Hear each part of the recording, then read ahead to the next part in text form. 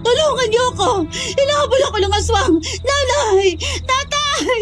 Tulong! Hindi ka na makakatakas kahit saan ka pa magpunta!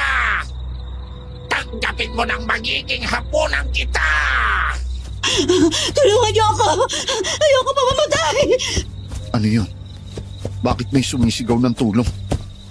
Kakainin ako ng aswang! Aswang? Paano naman nagkaroon ng aswang dito sa amin? Takbulan! Makakabutan pa rin kita! Aswang na? Putik! Etong sa'yo! Bawang! Ayan! Huwag ka nang sumigaw, bata! Walang makakarinig sa'yo! Ayoko! Ayoko! Bitiwan mo siya! Sino ka? Ito na naman kayo! Mga nakikialam! Subukan mo lumapit at malalaman mo kung anong hinahanap mo. Anong... Hindi ka pa rin nadadala. Lalabak ka talaga, ha? San Telmo, silaban mo ang di makatao.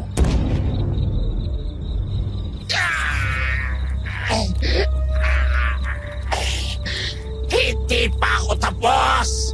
Hindi pa!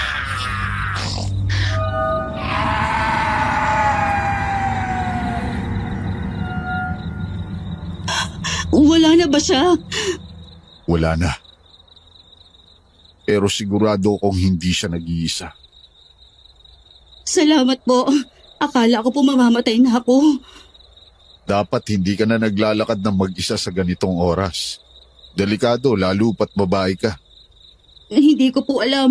Bigla na lang po siyang sumulpot. Aswang Radio.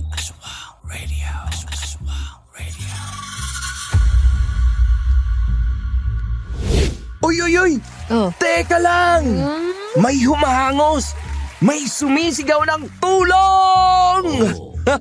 Hala, may aswang dito sa eksena, Pao! Ay, grabe boy. Wala pa tayong kilala sa kanila pero ramdam ko na agad ang kaba ha. Yung tipong nandun ka lang sa tabi tapos biglang may sisigaw ng kakainin ako! Ganon, ganong level. Tapos mapapatakbo ka rin. Ganon. Oo nga. Pero teka, itong si Kuya, narinig niya yung sigaw eh. Di gaya ng iba, hindi tumakbo palayo. Tumakbo papunta. Palakpakan naman dyan oh. Malakas ang loob. Mukhang hindi ordinaryong mamamayan to, no, boy? Kasi may dalang baston, tapos may sipol pa. Oo. Tapos may pasantel mo. Naku. Legit! Hindi to basta-basta. Feeling ko, Poy, albularyo ito. O kaya ay may alam sa kababalaghan? At yung si ate girl naman, hindi lang basta sigaw ang bitbit. May dala ring bawang. Grabe. Kaya saludo tayo dyan. Di porket natatakot, wala nang laban. Feeling ko talagang full force niya yung ibinato kay Manong Aswang. Gusto ko yung ganun eh. Kahit takot ka, Poy, alam mo yun, lumalaban ka pa rin.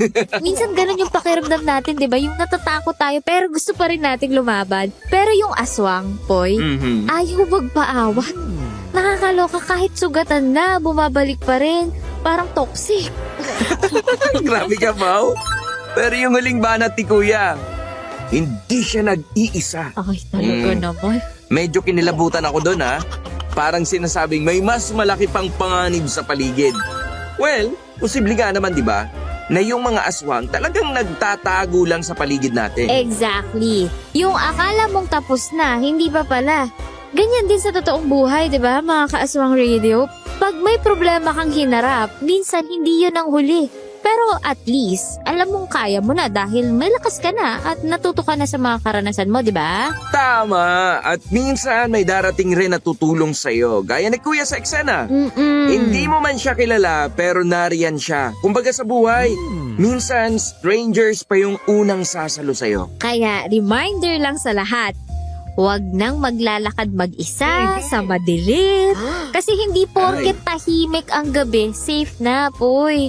magdala ng bawang o kung wala man, lakas ng loob.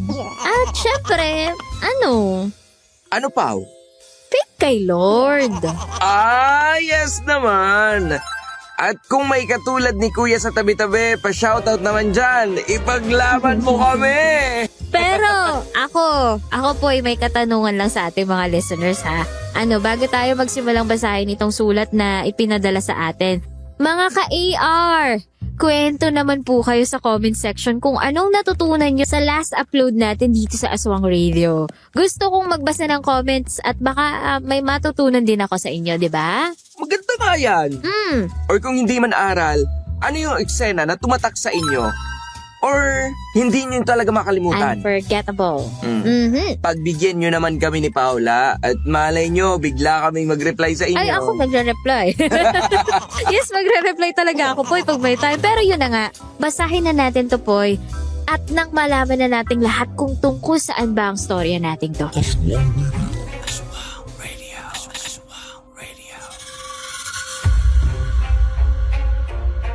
Magandang araw po, Paula and Popoy. Magandang araw din, listeners. O kung anumang oras kayo nakikinig dito sa channel natin. Mahirap mamili kung saan ako magpapadala ng story ko kasi nakikinig talaga ako sa lahat. Pero sa huli, dito na lang ako nagpadala. Dahil ito ang pinakabago. Isa pa, nagugustuhan ko rin ang konting entertainment na ibinibigay sa atin ng mga DJ. Hindi ko alam pero may kakaibang timpla po talaga rito sa channel na to. Kaya hatak na hatak ako. Oo nga po pala, hayaan niyo pong gamitin ko ang pangalang Elias. Gusto kong itago ang tunay kong pagkakakilanlan. May ibang hindi ko na pinalitan ng pangalan kasi sabihin na po nating deserve naman nilang makilala kung sino talaga sila. Ang iba po, sadyang pinalitan ko bilang proteksyon at hindi nyo pa rin kami makilala. Nangyari po ito, higit 5 taon na rin ang nakakalipas. Edad 30 na po ako noon. Namulat po ako sa isang pamilya kung saan araw-araw napapanood ko ang lolo at tatay kong manggamot ng iba't ibang taong may karamdaman. Ang tawag po natin sa kanila ay manggagamot o albularyo. Kalaunan po, natutunan ko na rin po kung paano manggamot, kaya naipasa rin nila sa akin ang kaalaman nila. Mula po noon, angad ko na po talagang makatulong sa iba. Parang ibang klaseng ginawa po kasi sa dibdib ang nararamdaman ko kapag nakagagamot ako ng tao. Pagkatapos ay gagaling. Simple lang naman po ang gusto ko, ang maging instrumento ng iba. Pero hindi ko akalain ang kagustuhan kong maging magaling na albularyo ang siyang magpapahamak sa akin. Nagsimula ang dilubyo nang makilala ko si Pina. Isang tindera ng bawang na iniligtas ko mula sa isang aswang.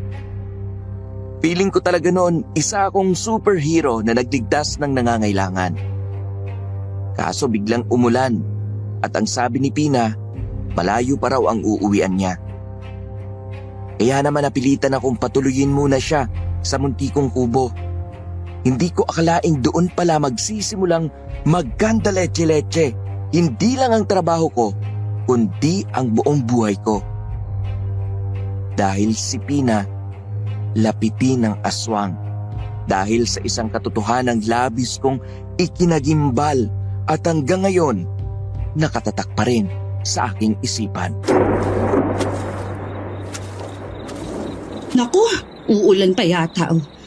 Paano kaya ako makakauwi nito? Ang layo-layo pa naman ang bahay ng tiyo rito. Paano ka ba napadpad dito? Tsaka ang dami mo naman yatang dala. Mga paninda ko to. Inabot na ako ng gabi sa paglalako eh. Ano ba yung laman ng sako mo? Mga bawang. Oh? Mga bawang lang pala eh. Bakit parang hiyang-hiya ka naman dyan? May mga rin, panloob namin mga babae. Bra, tsaka... Oo. Oo, naiintindihan ko na. Taga saan ka ba? Paano ka nga nakarating dito at inabot ka ng gabi? Tuloy ay hinabol ka ng aswang na yon. Tagal kabilang bayan pa ako eh. Pupuntahan ko sana ang tiyuhin ko, saka naglako na rin ako sa mga nakita kong tao sa daan. Ang kaso, parang naligaw naman yata ako sa daan. Bata pa kasi ako nung huling punta ko doon. Anong barangay ba? Baka may turo ko sa iyo ang daan. O kaya, sasamahan na lang kita kung malapit lang naman. Sa ano? Anak ng pusa! Sabi ko na nga ba uulan eh. Ay, malas. O babasa pa. Halika muna sa bahay. Saglit na takbo lang. Hindi pwede mabasa ang mga bra ko. Naku, bago mga to. Akin na nga yan. Ako na magdadala. Mukhang hirap na hirap ka dyan. Hindi ko na po siya hinintay na sumagot at basta na lang kinuha ang dala niyang sako. Muntik ko pang maibaba yun sa putikan dahil hindi pala biro ang bigat. Putik. Sigurado ka bang bawang at bra lang ang laman nito? Walang katawan ng tao. Grabe, ang bigat eh. Anong katawan ng tao? Wala no? Kilo-kilong bawang lang ang laman niyan at ilang pares ng brat panty. Diyos ko. Buti nakakaya mong buhatin to. Ang lakas mo naman. Nagreklamo ka ba? Amin na nga, ako na lang ulit na magbubuhat. Hindi na. Bilisan mo na lang tumakbo. Basang-basa na tayo.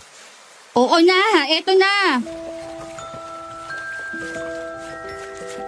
Tinakbo namin ang maputik na daan. Halos madulas-dulas na ang kasama ko. Pero pinabayaan ko na siya. Dahil talagang bigat na bigat din ako sa dala ko.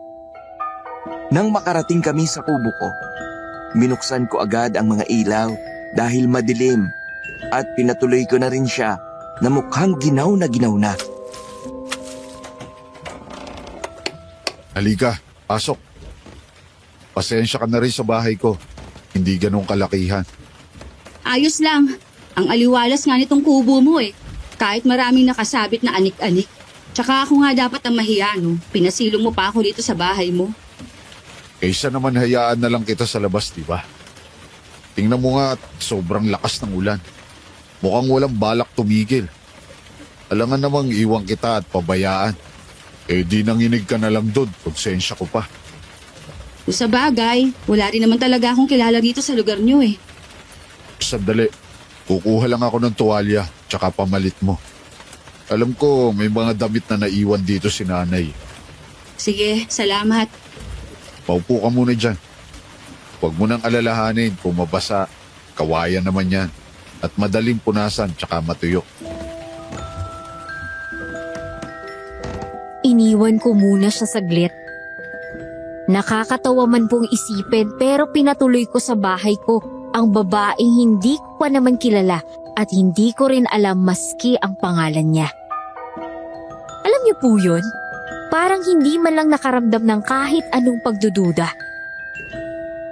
Pakiramdam ko nga po nung parang sumobra naman na yata ang pagiging matulungin ko at ang bilis-bilis kong magtiwala. Kaso, totoo naman ding nakakaawa kung hahayaan ko na lang siyang maulanan sa labas. Pagkatapos ko pong manguha ng malinis na tuwalya at damit na pamalit, agad ko na rin siyang binalikan. Naabutan ko siyang inilalabas sa mga laman ng sako niya. Pasensya ka na. Nakilapag na ako ng mga gamit ko dito sa mesa mo kasi kailangan kong tingnan kung mga nabasa eh. Ayos lang naman. Ito nga pala yung tuwalya tsaka damit ni nanay. Pasensya ka na rin at mukhang medyo maluwang ang mga yan sa'yo. May katabaan kasi ang nanay. Tapos ano rin, wala pala akong may papahiram na panloob. Ano ka ba? Meron naman ako rito. May isang pares na nabasa oh. Ito na lang ang gagamitin ko kaysa naman wala akong isuot ano. Ano nga palang pangalan mo? Kanina pa tayong magkasama at magkausap. Ngayon ko lang naalalang tanungin. Pina. Pina ang pangalan ko. Pina? Pinaglihi ka ba sa pinya? Siguro. Hindi ko rin alam eh. Ako naman si... Elias. Oo na. Maganda na ang pangalan mo. Panlalaking panlalaki. Teka, paano mo nalaman? O ayan o, nakasulat sa diploma mo sa dingding. Ah, oo nga. Sige na, maligo ka na dyan sa banyo. Hayaan mo lang mapuno ang drum at patulo naman yan. Kumain ka na ba? Magluluto lang ako ng noodles para mainitan ng mga tiyan natin. Dito ka na muna magpalipas ng gabi. Sige Elias, kahit ano namang ihain mo ayos lang sa akin eh. Hindi naman parang magreklamo pa ako at nakikisilong lang naman ako ano. Tumango na lang ako sa kanya at hinayaan ko na siyang pumasok kung saan ko itinuro ang banyo ko. Sa edad ko pong 30, kahit kailan hindi pa ako nagkaroon ng nobya. Hindi ko rin po alam kung bakit pihikan yata ako at hindi ako madaling magkaroon ng tipo sa isang babae. Sa katunayan nga, inaakusahan na ako ng pamilya ko at ilang mga kapitbahay na baka raw bakla ako. Pero alam ko naman po sa sarili kong hindi. Panigurado akong magugulat ang mga magulang ko na ilang di pa lang ang layo ng bahay mula sa akin kapag nalaman nilang may babae sa bahay ko. Yun kasi ang unang beses na nagpapasok ako ng ibang tao sa kubo bukod sa mga ginagamot ko. Elias, tapos na ako. Ikaw naman na maligo, baka magkasakit ka pa niyan. Ako natatapos ng niluluto mo. Sige, nilalamig na rin ako eh. Iniwan ko muna si Pina doon para saglit na maligo. Naglaga na rin ako ng luyang iinumin ko para agapan ang nagbabadyang sipon at ubo. Habang nagkukuskus ng katawan, parang may narinig akong nagbubungkal sa labas. Pero binaliwala ko na lang. Nang matapos, nadatnan kong naghahain na si Pina. Tapos ka na pala, naghahain na ako para kakain na lang tayo. Ano nga pala yung nakalagay sa takuri mo? Medyo matapang kasi ang amoy eh. Ah, luya yon. Mabisang gamot, lalo na sa ubo. Inumin natin para kung sakali man, hindi na tayo magkasakit. Ah, hindi na. Hindi ko kasi trip ang lasa ng luya eh. Masyadong maanghang. Ikaw na lang siguro. Malakas naman ang resistensya ng katawan ko eh. At saka hindi ako madaling magkasakit. Sige, sabi mo eh. Kumain na tayo nang makapagpahinga na rin. Doon ka na lang sa kwarto ko. Dito na lang ako sa sala. Maglalatag na lang ako ng banig. Hindi na. Ako na lang dito sa sala. Nakakaya naman kung pati sa higaan eh. Mga abuso ako. Babae ka, kaya ikaw dapat ang nasa kwarto. Hindi mo na kailangang mahiya dahil ako naman ang nagsabi. Tsaka ngayong gabi lang naman eh. Kung sa bagay. Sige, sabi mo yan ha. Oo na, huwag ka nang makulit. Kumain ka na. Eto na nga eh. Nung mga sandaling yon, dun ko lang malayang natingnan ng maayos ang mukha ni Pina. Maganda po pala siya. Malaanghel ang itsura. Mistisa ang kanyang kulay at makinis din. Hindi siya ganun katangkaran. Pero may hubog ang katawan. Ewan ko kung anong ginawa niya sa malaking saya ni nanay. Nilagyan niya yata ng sipit sa likuran para hindi magmukhang malaki sa kanya. Mahaba po ang kanyang itim na buhok at bahagyang may alon sa dulo. Mahaba ang pilik mata, bagay sa makapal na kilay at bilugang mga mata. Basta hindi naman siya ganun kaganda. Parang cute siya tingnan at parang anghel. Makatitig ka naman dyan. Nagagandahan ka sa akin oh. Kapal naman ang mukha mo. Sino ka ba? Sus, kunwari ka pa. Kala mo naman di kita nahuli. Hindi nga ako nagagandahan sa'yo. Oo, cute ka. Pero maganda? Hindi naman. Sapat lang. Pero in fairness ha, ngayong nakita kita ng maayos sa liwanag, gwapo ka pala. Mukha kang sigbin sa dilim kanina eh. Tapos basang siso nung biglang umulan. Kumain ka na nga lang dyan. Pasalamat ka nga't hindi kita pinagtawanan kanina kahit ilang beses kang nadapa sa putikan. Nakita mo na pala ako. Hindi mo pa ako tinulungan. Buhat ko na nga yung sako mo, tutulungan pa kita. Hindi na po siya sumagot sa akin pagkatapos kong sabihin yon. Basta masama ang tingin niya sa akin. Nang matapos kaming kumain, uminom ako ng salabat. Habang siya'y ayos na raw sa tubig. Siya na rin ang nagpresentang maghugas ng pinggan. Hindi ko na po siya pinigilan dahil gusto niya naman yun. Habang nasa kusina siya, ako nasa sala, nakatanaw sa labas. Umuulan pa rin ng malakas at mukhang hindi talaga titigil. Naku! May bagyo ba? Hindi kasi ako nakakanood ng balita eh. Meron siguro. Hindi ko rin sigurado, wala akong TV.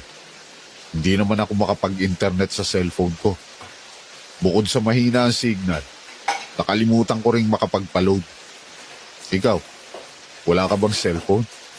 Meron, kaso outdated na. Napag-iiwanan. Anong taon na, nakadepindot pa rin ako, no? Ayos lang yan. At least may nagagamit ka pa rin. Papapalitan mo rin yan. Sana nga mapalitan na. Gusto ko rin magkaroon ng account eh. Tapos magkaroon ng friends sa ibang lugar. Gusto mo ba? Gagawa kita sa cellphone ko bukas kapag lumakas-lakas ang signal. Tatandaan mo lang ang numero mo at password. Para kapag may maganda ka na cellphone, may account ka na agad. Talaga? Igagawa mo ko? Oo nga, bukas. Kaya mabuti pa, pumasok ka na doon sa kwarto at magpahinga. Napalitan ko na ng bagong kobre kama yon, pati punda at kumot. Hihiga mo na lang.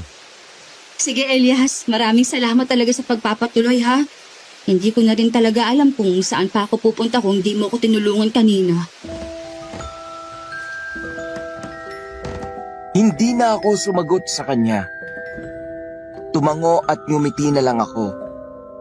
Naglakad na rin naman siya papasok sa maliit kong kwarto. Pero bago niya tuluyang isara ang pinto, ngumiti pa siya ng matamis sa akin. Pero agad din yung nawala. Bandang 10:00 nang makaramdam ako ng antok. Napagawi pa ang tingin ko sa sako ni Pina na nasa isang tabi. Bahagya namang nangunot ang noo ko nang makitang may bakasyon ng dugo sa bandang ilalim. Basa, pero kulay pula. Ano ba yan? Ba't kulay pula? Dugo ba yan? Lalapitan ko na sana ang sako para tingnan yon. Nang maalala kong ang mga ibinibenta niyang bra at panty. Halos lahat ay kulay pula. Kaya naman napagtanto ko, baka nabasa ang mga yon at kumatas ang kulay. Ipinagkibit ko na lang yon ang balikat at tuluyan akong humiga sa banig. Medyo matigas kaya kahit inaantok, hindi agad ako makatulog. Nasanay na rin kasi talaga ang likod ko sa kama, kaya naman panay ang ikot ko para makuha ang komportableng pwesto ng paghiga. Hindi ko alam kung gaano ako katagal nakatulog. Pakiramdam ko'y saglit lang akong pumikit, pero nagising ako sa isang tunog. Hindi iyon kuliglig, hindi palaka, hindi kahit anong hayop na pamilyar sa akin. May kakaiba. Parang humahagibis na hininga na may kasamang malalim na ungol. Ano yun? Hindi ako agad kumilos. Hinintay kong tumigil ang tunog. Pero lalo lang itong lumalapit, kasabay ng malakas na buhos ng ulan. Parang mabigat ang bawat hakbang. Naramdaman kong naninikip ang dibdib ko habang dahan-dahang bumabangon mula sa banig. Ang paligid, madilim, malamig. At ang amoy, kumakapit sa ilong ko, ang amoy na hindi ko makakalimutan. Parang bulok na karne, pinaghalong asim, lansa at amoy ng putik na hinaluan ng usok mula sa sinusunog na balahibo. Napalingon ako sa sahig.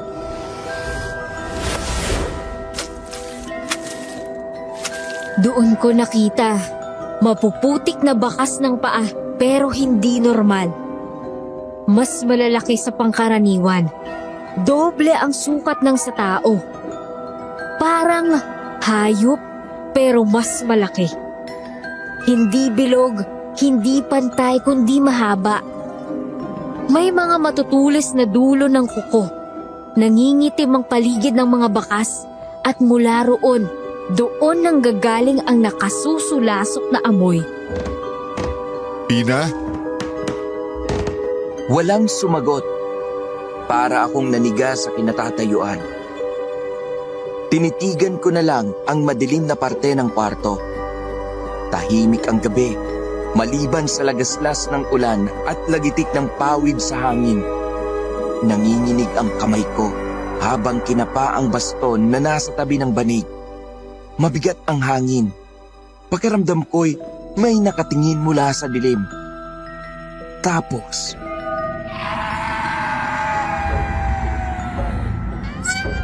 Elias, tulong! Tulungan mo ako! Isang sigaw. Mula sa kwarto kung nasaan si Pina. Agad akong kumilos, hawak ang baston. Halos mawala ng ulirat ang katawan ko sa kaba. Dahan-daan akong lumapit sa pinto ng kwarto. Bukas ito. Nanginginig ako. sa liwanag ng kidlat, nakita ko siya. Si Pina, nakahiga sa kama, nanlalaki ang mata, umiiyak. Nakasampa sa ibabaw niya ang isang nilalang. Itim ang balat, parang balat ng inaagnas na bangkay. May matatalas na kuko na nakabaon sa leeg ni Pina. Ang mga mata ng nilalang, pulang-pula, parang apoy na binuhay ng galit. Ang dila nito, mahaba, mabasa, pilit inaabot ang mukha ni Pina. Habang umiiwas siya, umiiyak, namimilipit. Elias! Tulungan mo ako! Hayop ka! Bitiwan mo siya! Parang nayanig ang nilalang sa sigaw ko. Napalingon ito. Doon ko nasilayan ng buo ang mukha niya. Hindi ito mukha ng tao. Parang pinagtagpi-tagping balat. May mga uod sa gilid ng bibig nito at ang hininga. Abot hanggang sa akin. Malamig. Mabaho. Parang bumubulong ng kamatayan. Hindi ito lumaban. Bigla na lang itong lumundag. Tumalon palabas ng bintana ang halimaw. Walang ingay, maliban sa pagkasira ng kahoy at lagapak ng putik sa labas. Mabilis. Hindi ko na nasundan ang tingin. Sinundan ito ng katahimikan. Ngunit hindi ka panatagan, kundi isang uri ng katahimikang nagbabanta. Pina! Ayos ka lang ba? Anong ginawa niya sa'yo? Lumapit ako sa kanya. Nanginginig siya. Hawak pa rin ang liig na sinakal ng halimaw. Basang-basa ng pawis at luha ang mukha niya. Hindi siya makapagsalita. Ang mga mata niya parang nawalan ng kulay. Nandito na ako. Wala na siya. Hindi ka na niya masasaktan. Ni hindi siya tumugon. Umiling lang siya ng bahagya. Tumulo ang luha niya. Yumakap ako sa kanya, mahigpit. Doon ko lang naramdaman ang balat niya. Nanlalamig. Parang wala ng buhay. Maihahalin tulad na halos sa naninigas na patay. Humigpit ang hawak ko sa kanya. Ayaw ko siyang pakawalan. Pakiramdam ko'y isang maling pagbitaw lang ay mawawala na siya. Pero bago ko pa man muling magsalita, Bumalik siya, Elias! Bumalik siya! Agad akong napamura sa gulat. Bumitaw ako mula sa pagkakayakap sa kanya. Agad kong dinampot ulit ang baston. May dumaan na anino mula sa bintana. Isang kisap mata, sobrang bilis lang. At nawala rin ito agad sa dilim ng gabi. Pina, dito ka lang. Susubukan ko siyang hanapin at hulihin. Baka manggulo siya sa iba. Elias, sandali! Tumakbo ako sa labas ng pinto. Basang-basa sa ulan. Pilit kong sinundan ang yabag ng halimaw. Pero wala na. Ang paligid ay basang putik. May mga bakas ng paa. Pero wala na ang nilalang. Bumalik ako agad sa kubo. Sa mga sandaling yon, walang mahalaga kundi si Pina.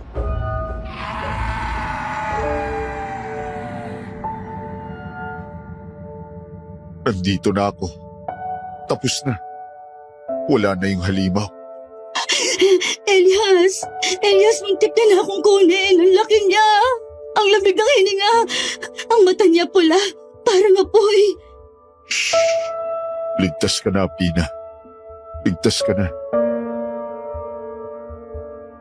Ngunit sa loob-loob ko, alam kong hindi pa tapos ang lahat. Ang halimaw, babalik yun. Dahil ang mga tulad niya, hindi basta sumusuko hanggat hindi nakapambibiktima.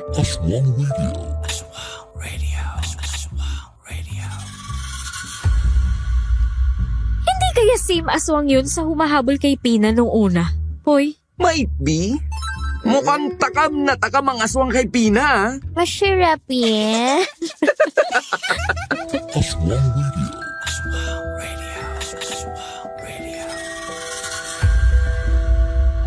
Ramdam na ramdam ko talaga ang takot ni Pina. Halos ayaw niyang bumitaw sa akin. Kaso naalala ko namang nasugatan siya ng aswang sa leeg at kailangan ko yung gamutin.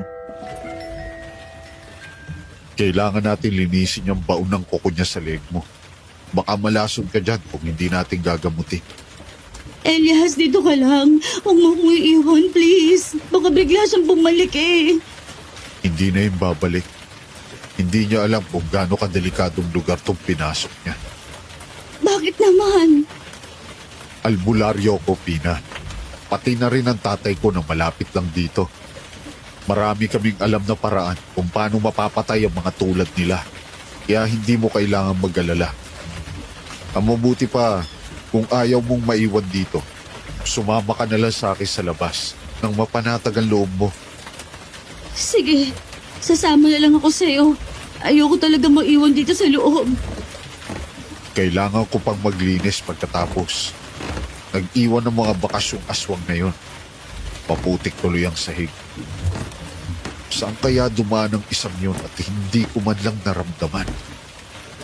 Naririnig ko pa lang siyang umaatungal sa labas. Tapos biglang nandito na sa loob ng bahay ko. Hindi ko rin alam. Basta nagising na lang ako may nakadagan sa akin.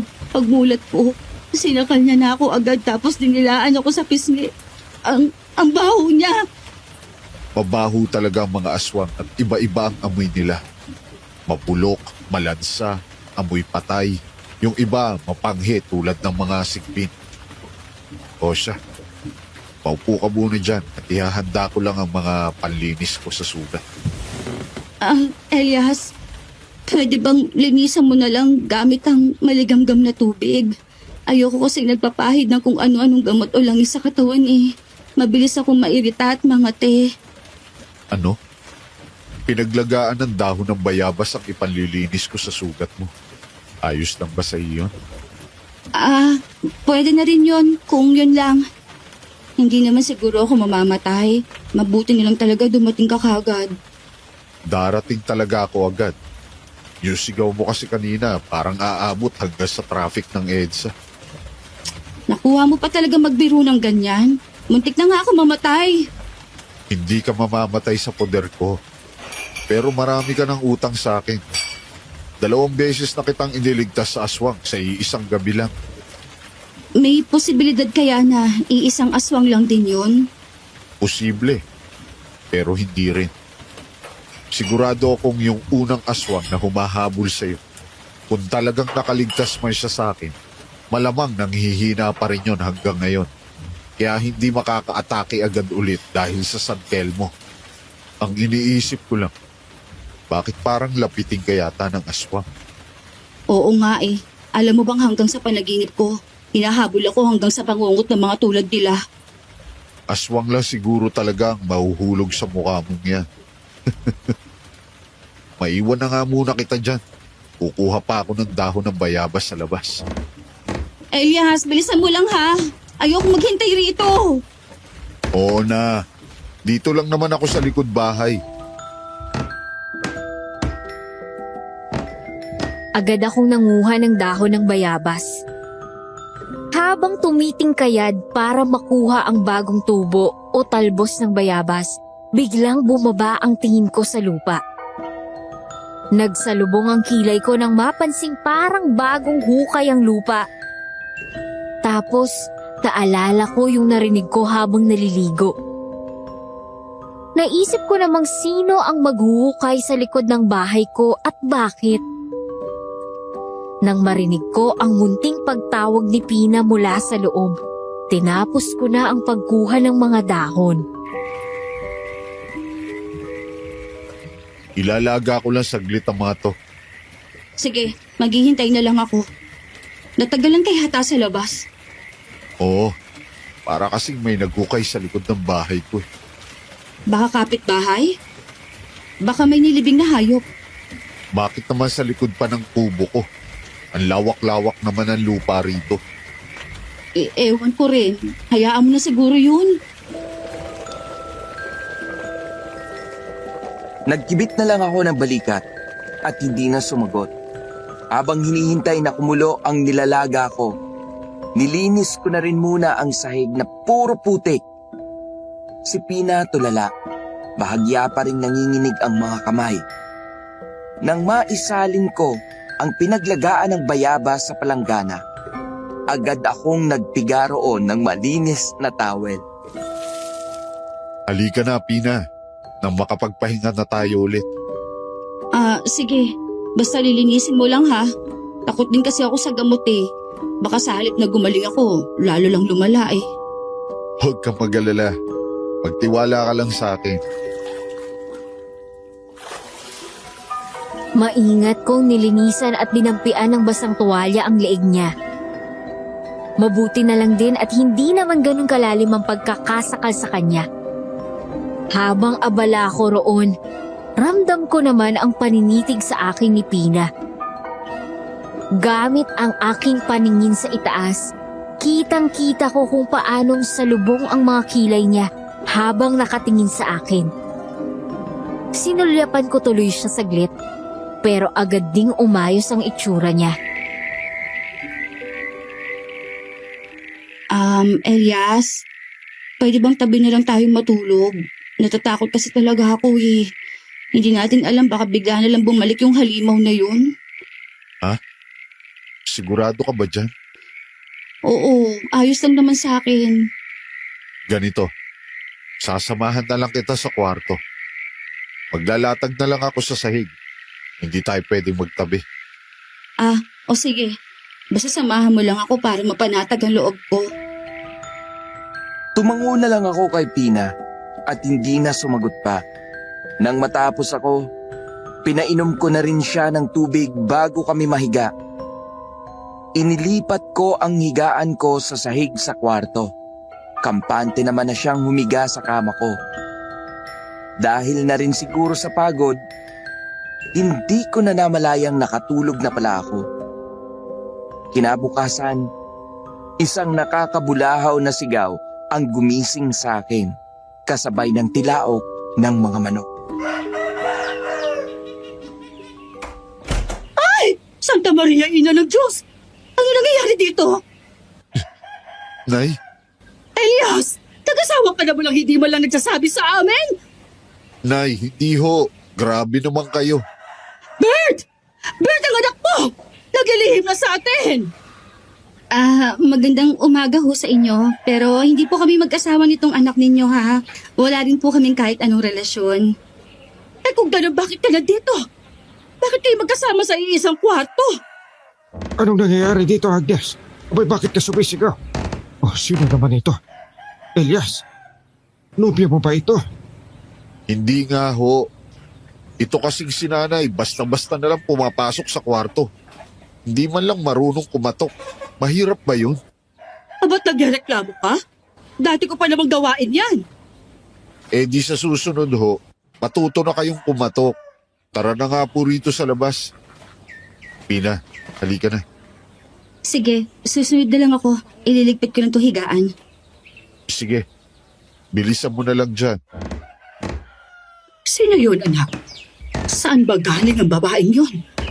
Huwag mo sabihing bayaran yun, ha? Sinanay, OA talaga kahit kailan. Sino nga yun?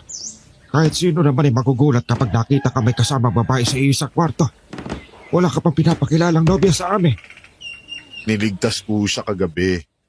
Eh di ba galing akong kabilang barangay at may ginamot akong hindi makalakad? Ginabi na ako. Bandang ibayo, narinig kong may sumisigaw. Nakita ko siyang hinahabol ng aswang. Aswang? Eh, wala naman nun dito, ha? Paano nagkaroon ng aswang dito sa atin? Yun nga rin ho ang pinagtataka ko. Eh di niligtas ko siya. Kaso biglang umulan at ang sabi niya, naliligaw pa yata siya dahil hindi niya matandaan ang daan papunta sa tiyuhin niya. Kaya pinatuloy ko muna siya rito sa kubo. Hindi ko naman siya pwedeng iwan na lang basta at baka bumalik ang aswang. Tapos ang dami pa niyang daladala. Nakakaawa naman. Akala namin nag-asawa ka na nang hindi naman lang nagsasabi sa amin. Mahalaga na patunayan ko na hindi ka bakla. Hindi naman talaga ako bakla, tay. Biro lang naman. Pero alam niyo ho ba, may nakapasok ding aswang dito sa kubo ko. Ewan ko, pero parang si Pina yata talaga ang punteriya. Hindi ko sigurado kung iisang aswang ang humahabol sa kanya kagabi tsaka yung biglang pumasok sa bahay. Pero nakakapagtaka kung anong gusto ng mga yun sa kanya. May nakapasok na aswang dito sa kubo. Oho, hindi niyo po ba nakita yung bintana ko kanina nung pumasok kayo? May warak. Tumalon doon palabas yung aswang na makita ko eh. Higit na nakakahalina kasi ang dugo ng babae sa aswang. Na mabuti na lang ay napaalis mo. Opo, tay. Nung hinabol ko sa labas, hindi ko na rin nakita. Ayun nga at may sakal si Pina sa leeg. Pero ginamot ko na rin agad kagabi kesa naman malason siya. Mabuti. Aalis na rin ba siya ngayon? Magandang araw po sa inyo. Pasensya na po, hindi pa ako formal na nakapagpakilala. Ako nga po pala si Pina, taga-kabilang bayan po. Pasensya ka na rin sa naging reaksyon ko kanina, Ineng. Eh, talagang gulat na gulat ako. Ngayon ko lang kasi nakita may kasamang babaeng anak ko to. Abay, 30 na. Ni isang beses, hindi pa nagkakanobya. Talaga ho? Sa itsura niyang yan? Oo. Abay, kinakantsawan na nga siyang bakla ng mga kapitbahay. Baka nga bakla ka, Elias. Kaya ayaw mo magtabi tayo kagabi dahil allergic ka sa mga babae? Pinagsasasabi mo dyan. Hindi ako bakla. Ay, isali ka pa talaga sa pangasar nila tatay. May dala kaming ulam dito pang almusal na. Sasabayan ka sana namin mag-agahan. Sandali lang at maghahain lang ako, ha? Sige po, Nay. Tulungan ko na po kayo. Ikaw ba sigurado sa babaeng pinapasok mo rito sa bahay mo? Bakit, Tay? May problema ba? Wala naman, tinatanong lang kita. Abay, parang ang bilis mo kasi nagpapasok ng ibang tao rito. Tapos ay lapitin pa ng aswang. Ano sa tingin mong dahilan bukod sa babae siya? Hindi ko alam kung buntis siya eh. Pero parang hindi naman. Hindi naman maumbok ang tiyan niya. Bakit? Nakita tawakan mo na ba ang tiyan? Tay naman. Hindi ah. Ang ibig ko sabihin, hindi naman halata sa kanyang buntis siya. Uuwi na rin ba yan? Tumigil na ang ulan.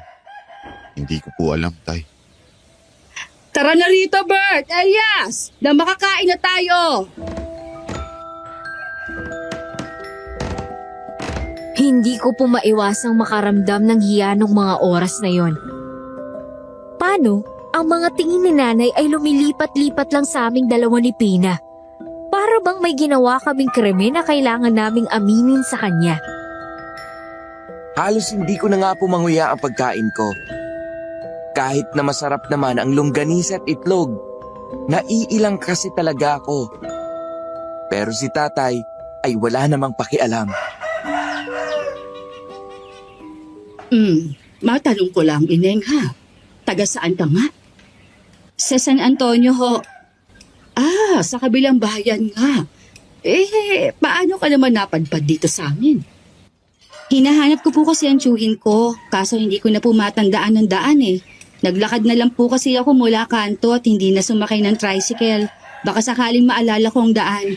Kaso, 12 pa lang po ako nung huli pong punta ko ron eh. 18 taon na rin ho ang lumipas kaya naligaw po ako. Ginabi na ako sa daan tapos naramdaman ko may sumusunod po sa akin. Matalas po ang pangil kaya nalaman ko agad na aswang. Mabuti na lang po dumating po itong si Elias at tinulungan ako. Buti na nga lang talaga dahil kung hindi malamang bangkay ka na lang ngayon. Ano bang gagawin mo doon sa tiyuhin mo? Ang totoo po niyan, wala na rin po talaga akong balita sa kanya. Matanda na yun dahil siya yung panganay sa kanilang magkakapatid eh. Hindi ko po alam kung buhay pa ba siya dahil kung tama ho ang kwenta ko, nasa edad 70 plus na ho siya ngayon. Malay mo naman bukas malakas pa siya. Wala na rin po kasi talaga akong mapupuntahan eh. Mag-isa na lang ako sa buhay. Biglang naging napakabigat ng hangin sa buong kusina. Tumigil ang kutsarang tumatama sa pinggan. Walang kumibo. Si Pina nakayuko na lang habang pinipigilan niyang tumulo ang luha niya. Pero kahit anong pagpigil, bumigay rin. Dahan-dahang tumulo ang una, kasunod ang isa pa, hanggang sa maglakas siya ng loob magsalita. Hindi ko naman po ginustong ganito ang kalagayan ko. Hindi ko po ginusto na wala akong sariling pamilya, sariling bahay, kahit maliit lang. Pero yung sarili kong ina at ama, kinuha sa akin nang walang paalam. Pina, huwag mo nang pilitin ang sarili mong magkwento kung hindi mo kaya. Ayos lang naman dahil personal mong buhay yan. 15 taong gulang pa lang ako noon. Gabi na. Talagang pinipilit kong mauubos ang paninda ko kahit tapos na ang oras ng merienda. Naglalako ako ng banana Q. Pilit binabalanse yung tray sa ulo ko dahil kahit bata pa, kailangan ko na magbanat ng buto eh. Tuwan-tuwa pa nga ako noon kasi nakaubos ako ng paninda. Sabi ko sa sarili ko, makakabili na ako ng gatas para sa kapatid kong sanggol. Sanggol pa lang yon, ilang buwan pa lang. Ay, Diyos ko. Ano nangyari, Pina? Pero pag uwi ko, puro abo na lang po. Wala na yung bahay namin. Wala na yung mga magulang ko. Wala na rin yung kapatid ko. Lahat sila. Natupok sa apoy. Amoy sunog na mga katawan. Amoy nasunog na bahay. Iyon po ang sumalubong sa akin. Hindi ba iimbestigahan yun ng mga pulis? Wala na pong nakialam. Sayang lang daw ang oras nila, walang kumilos. Ang sabi baka aksidente lang, naiwang buhay ang kandila at natumba sa waling dingding. Pero alam ko po sa sarili ko, hindi po yun aksidente. May gumawa po nun. Pero sino? Wala akong kapangyarihan para malaman. Wala akong boses para sa iba. Kasi bata lang naman ako noon at mahirap. Walang naniniwala sa salaysay ng batang gutom. Nakakalunos naman ang dinanas mo, anak. Akala ko po may matatakbuhan ako. May kuya pa kasi ako eh. Akala ko siyang magiging sandigan ko. Pero ilang linggo lang matapos ang libing, pinaalis niya na rin ako sa bahay nila.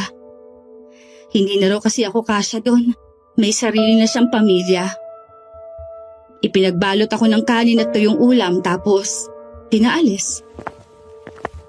Saan naman po ako pupunta? Walang puso yung kuya mo. Sa simula po, sa mga bangketa ang tulugan ko. Karton, ganun. Kasama ko nun mga batang pulubo rin. Kung saan abutan ng antok, dun na ako.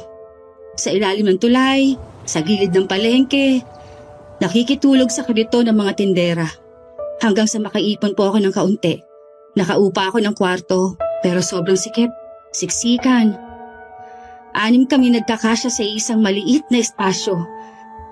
Doon na ako naglako ng paninda, bawang at bra, kahit ano na lang, basta may kita.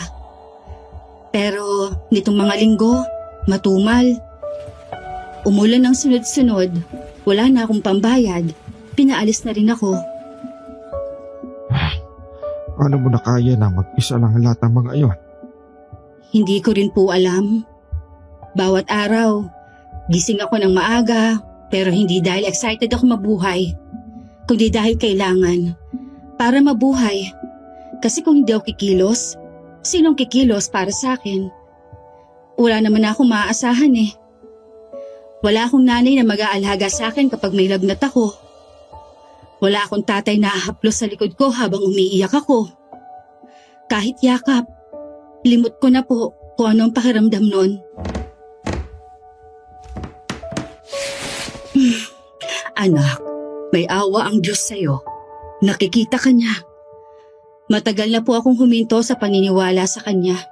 Hindi ko kailanman naranasan ang awa niya. Naiintindihan kita. Pero kung gusto mo, pwede kang hindi ka muna umalis dito.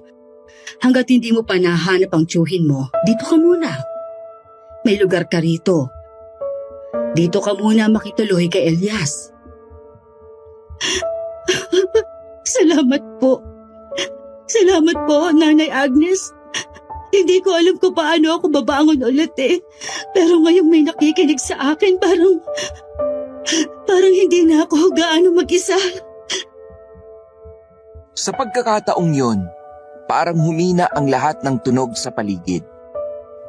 Awang-awa ako sa kalagayan ni Pina. Sa likod ng mapang-asar niyang personalidad, may ganun po pala siyang sakit na itinatago. Hindi ko po alam, pero parang likas na po yata sa pamilya ko ang maging maawain. Kaya naman tinanggap namin si Pina nang walang pag-aalinlangan. Nung araw na yon, may iilang nagpagamot sa akin at tinulungan niya naman ako. Pero sinabi kong hindi naman na kailangan. Kinabukasan, hinayaan ko siyang gawin niya ang trabaho niya. Pwede ka pa rin namang magtinda ng mga paninda mo, Pina. Para naman magkaroon ka ng sarili mong pera. Libre naman kitang patutuloyin dito gaya ng gusto ni nanay. Salamat talaga ha. Ang dami mo nang naitulong sa akin. Wala pa tayong isang araw na magkakilala. Ang bait ng pamilya niyo sa akin. Huwag mo na yun intindihin. Kahit sino naman siguro maaawa rin sa sitwasyon mo. Kaya sige na, maglako ka na ng paninda mo. Basta bago dumilim, umuwi ka na. Baka may aswang ka na namang makasalubong dyan o sumunod sa'yo. Ano ba? Huwag ka nang matakot. Basta yung bilin ko, may malapit na talipa pa rito. Subukan mong ibenta sa mga tindera yung bawang mo sa mas mababang presyo para mabili. Sige Elias, aalis na muna ako ha. Babalik din ako bago mag-alas 6. Mag-iingat ka, Pina. Ngumiti na lang siya sa akin. May ilang nakapila sa labas na magpapagamot sa akin. Lahat sila nagtataka nang makita palabas si Pina mula sa bahay ko. Alam kasi talaga ng halos lahat sa amin na wala pa akong asawa. Kaya naman ang babae, hiyang-hiya rin habang naglalakad. Ang dami kasing mga mata na nakapukol sa kanya. Mag-umpisa na po tayo. Dating gawi, mauuna ang pinakaunang dumating. Hindi na ako nag-aksaya ng oras at nagsimula na ako. Mabuti naman at hindi rin maluba ang karamdaman ng mga dumating. Ang ilan sa kanila, si tatay ang sadya. Kaya pinalilipat ko sa bahay ng tatay. Bandang 3:00 nang matapos ako. Nakahinga naman ako ng maluwag dahil sa wakas ay makakapagpahinga na ako. Pero kailangan ko pa rin mangalap ng ilang halamang gamot para sa kakailanganin ko sa mga susunod na araw. Kukuha nga muna ako ng dahon ng kaimito. Bit-bit ko ang bayong nalalagyan sana ng halamang gamot. Diretso ako sa likod ng bahay para kumuha ng dahon ng kaimito at talbos ng bayabas. Pero napahinto ako nang mapatapat ulit sa lupang nung gabi pa naglalaro sa isipan ko. Yung parte na parang bagong hukay. Lumuhod ako. May ilang tuyong dahon sa ibabaw. Parang sinadya para takpan ang gilid. Nang alisin ko yon gamit ang dulo ng tsinelas ko, doon ko siya nakita. Isang nakausling kulay abot maputlang daliri ng tao. Hindi agad ako nakagalaw. Nanlaki ang mga mata ko. Sumikip ang dibdib ko. Parang may malamig na gumapang sa batok ko pababa ng likod. Ano to? Bakit may daliri ng tao rito? Hindi ko pwedeng galawin to. Kailangan ko sabihin kina nanay at tatay to. Hindi ako nag-aksaya ng oras. Tumakbo ako. Hawak pa rin ang bayong. Pagkapasok sa bahay nila nanay, halos masira ko ang pinto sa pagmamadali. Tay! Nay! Ali po kayo! May nakita ako sa likod. Daliri ng tao. Anong sinasabi mo? Elias, anong daliri? Isang tao, Nay. Nakausli sa lupa. Para bang may nakalibing sa likod ng bahay ko. Nakita ko ngayon lang. Hindi na ako nagpaliwanag. Hinatak ko si Tatay Bert na nooy abala sa pagkukumpuni ng gasera. Si Nanay, hawak agad ang rosaryo at nakasunod sa likod namin. Nanginginig ang labi. Pagdating sa likod ng kubo ko, itinuro ko agad. Diyan po. Tingnan nyo. Lumapit si tatay. Nakakunot ang noo. Lumuhod. Tinanggal ang natirang tuyong damo. Napaatras siya ng bahagya nang makita ang sinasabi ko. May daliri nga. Santa Maria! Diyos ko po! Bakit may ganyan sa likod ng bahay mo? Napaupo si Nanay sa damuhan. Ako naman, mabilis na nilabas ang cellphone ko mula sa bulsa at sinimulan ng i-video ang gagawing paghukay ni Tatay. Tay, kailangan nating i-record to. Baka tayo pa ang pagbintangan. Di natin alam kung sino ang naglibing niyan dito. Tumungo si tatay. Kumuha siya ng pala sa gilid ng bahay. Walang salita. Ang tanging maririnig lang ay ang tunog ng bakal sa lupa at ang huni ng mga hayop sa paligid. Tatlo lang kaming nandun. Hindi pa man isang talampakan ang nahuhukay, sumambulat na agad ang isang tila tela. Punit na polo. May bahid ng dugo, pero tuyot na. Dahan-dahang sumilip ang ulo. May katandaang lalaki, maputla, halos kulay abuhin na. Nakadilat pa ang mata. Ang bibig, bahagyang nakanganga. Parang may huling sigaw na hindi nailabas.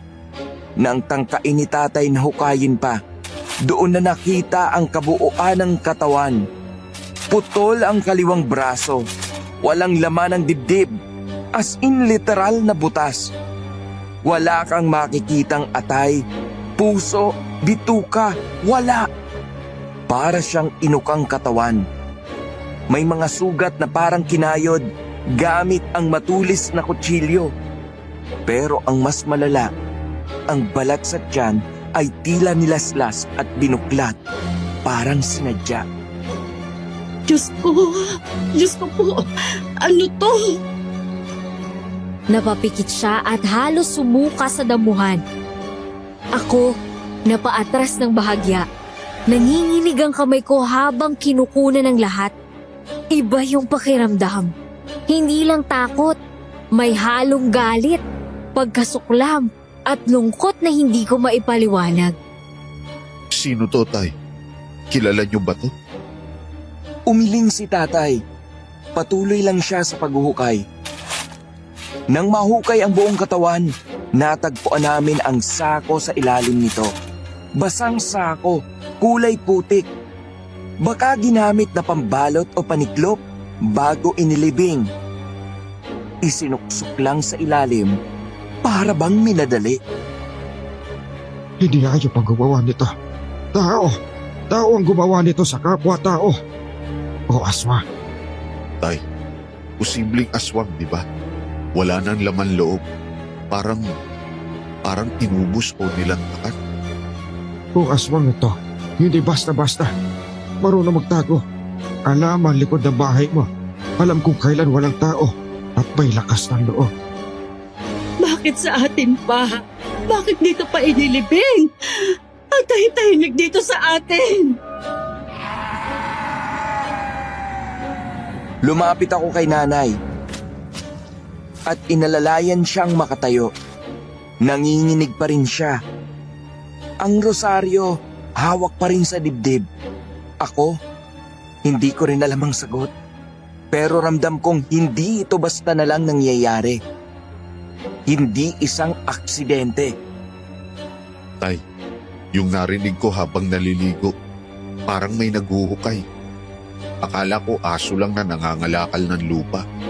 Pero baka ito na yun. At hindi mo sinabi agad. Akala ko po kung ano lang.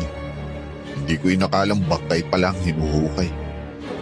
Napahawak si tatay sa sintido. Nagsalita siya.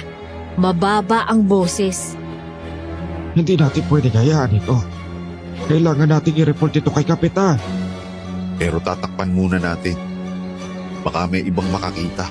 Kumalat agad ang balita at ayaw pa mapagbintangan.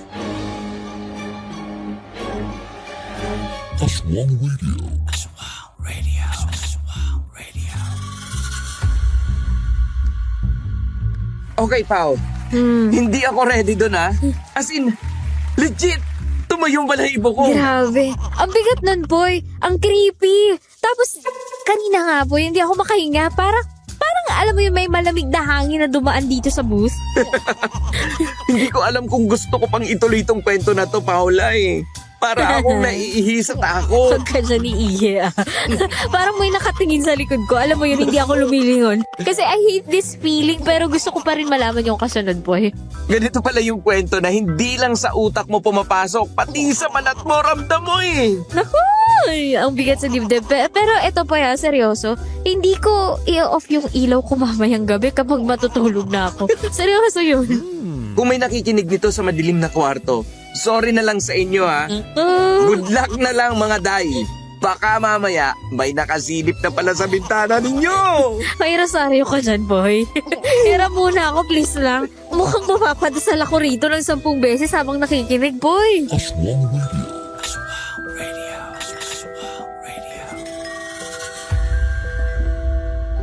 Tinakpan ni tatay ng trapal. Nilagyan ng tuyong sanga. Tapos pinatungan ng batya para kunwaring pananim. Si nanay, tahimik lang sa gilid. Tila nawala ng lakas magsalita.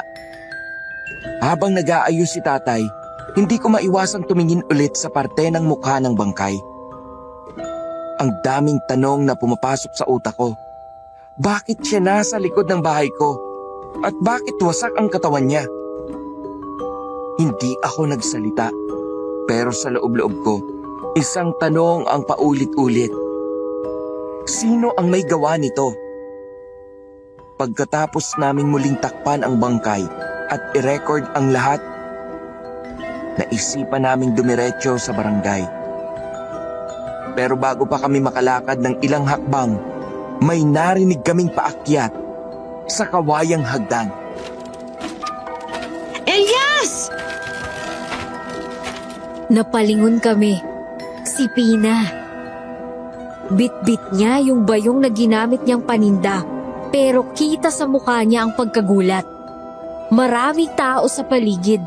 May ilang kapitbahay na nakisilip at nagtatanong-tanong kung anong nangyari. Oh, anong meron? Bakit ang daming tao? Dito ka nga muna.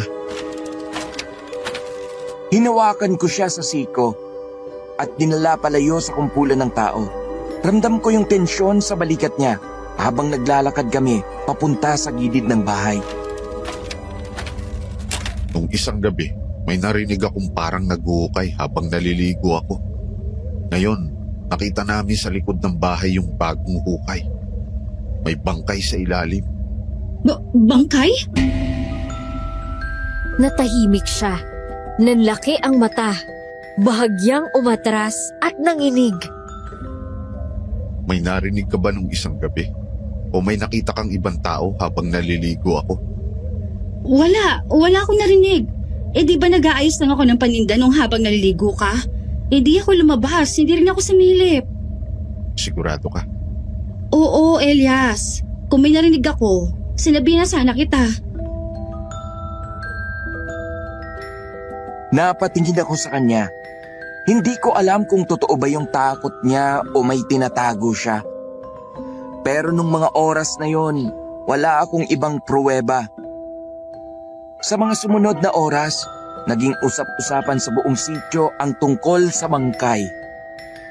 Ang ibang kapitbahay, hindi na bumaba sa bahay nila. Ang iba naman, pasimpleng sumisilip sa amin. Lalo na tinawag pa ng barangay tanod si Kapitan. Sigurado kayong hindi kayo ang may gawa nito? Opo.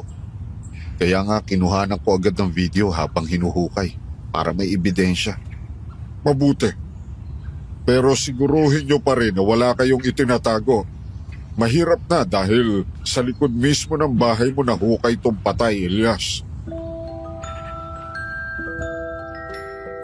Hindi ko na lang sinagot yon. Tumango ako. Pero sa loob-loob ko, parang sinusubukan akong insultuhin. Pag-alis ng kapitan, si nanay at tatay agad na pumasok ng bahay nila. Ako naman, naiwan sa sala. Nang mapansin kong tahimik si Pina, nilapitan ko siya. Okay ka lang? Ang dami nilang tumitingin sa akin, Elias. Para bang ako may kasalanan porque ngayon lang nila ako nakita dito sa inyo. Hindi ka naman nila kilala. Natural lang na magtanong sila. Pero natatakot ako. Lalo pat may aswang pang pumasok dito kagabi. Tapos ngayon, bangkay naman. Hindi siya tumingin sa akin. Nakayupo lang siya. Habang mahigpit na hawak ang laylayan ng suot niyang palda. Elias, pwede ba ulit tayo sa isang kwarto matulog ngayong gabi? Napatigil ako. Hindi ako agad nakasagot. Naalala ko yung gabing muntik na siyang kunin ng nilalang. Ramdam ko pa rin yung lamig ng balat niya nung yakapin ko siya. Sige, pero gaya pa rin kagabi, sa side lang ako. Ayos lang, basta nandyan ka lang. Habang dumidilim ang langit, mas lalong bumigat ang pakiramdam ko. Hindi dahil sa bangkay, hindi dahil sa tanong ng mga tao, kundi dahil sa presensyang pakiramdam ko, hindi pa rin umaalis. Nung gabi, tahimik kaming kumain. Si Pina, di na masyadong nagsalita. Sinabayan ulit kaming kumain ni nanay at tatay. Si nanay, puro dasal. Si tatay, tahimik, pero panay ang sulyap sa labas. Parang kami-kami na lang ang alerto sa buong sityo. Matutulog na ako, Elias ha. Pasok ka na rin mamaya, ha? Tumango lang ako. Naiwan ako sa sala. Pinatay ko na ang ilaw pero hindi pa rin ako makatulog. Puro tanong ang laman ng utak ko. Bakit dito inilibing ang bangkay? Sino siya?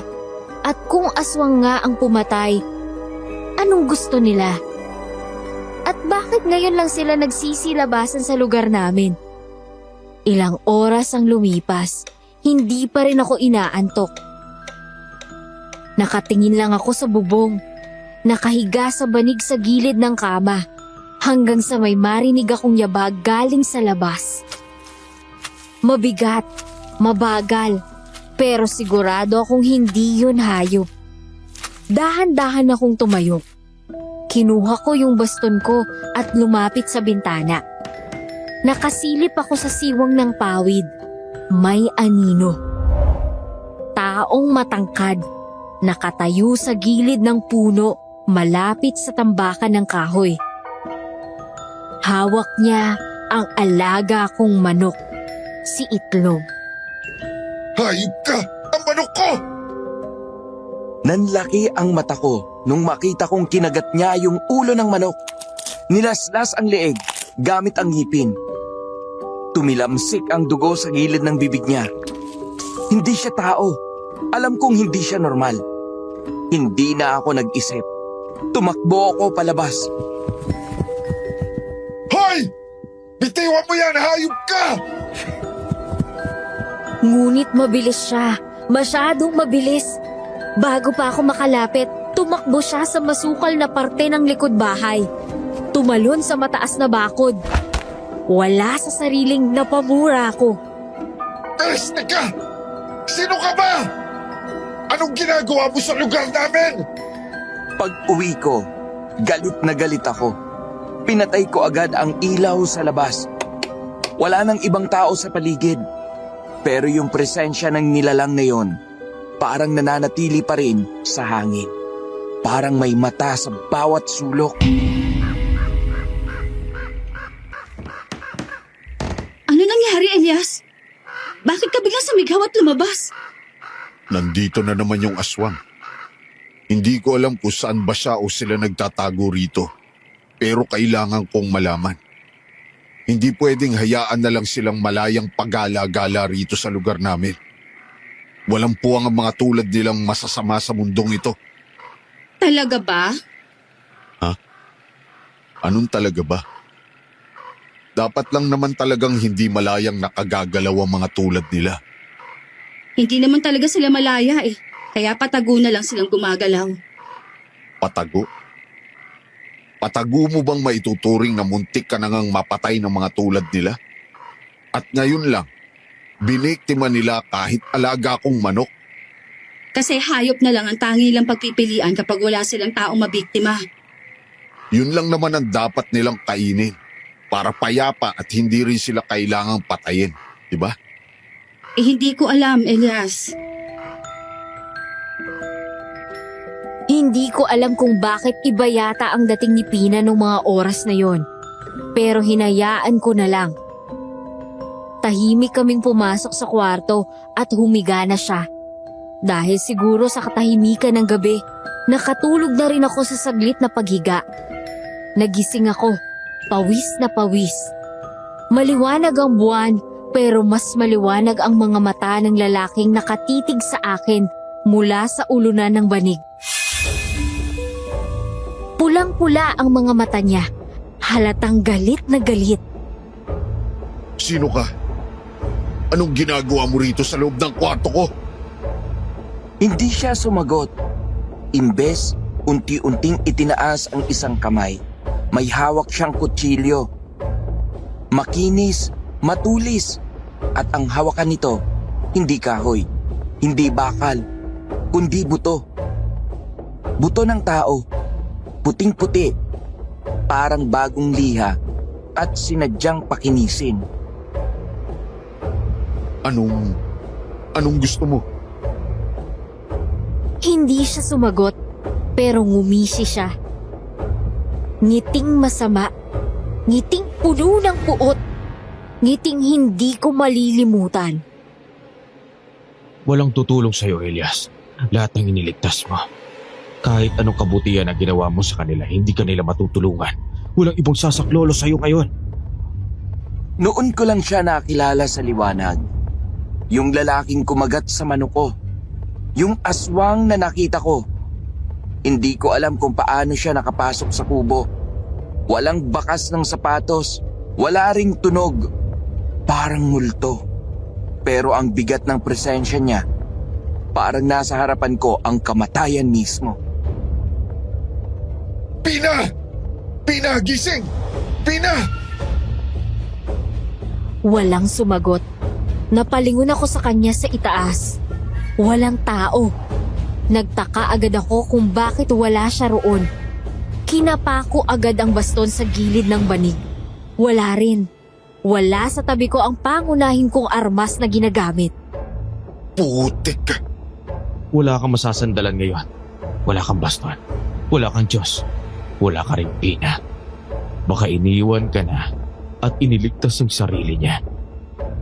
Tumayo siya. Daan-dahang lumapit. Hindi siya nagmamadali.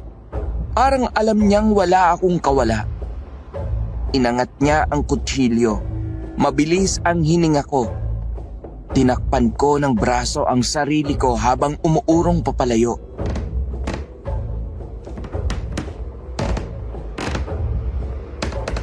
Hanggang sa madamo ko ang isang bagay sa likuran ko.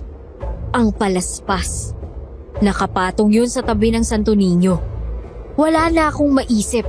Dinampot ko yun at inihagis ko sa kanya.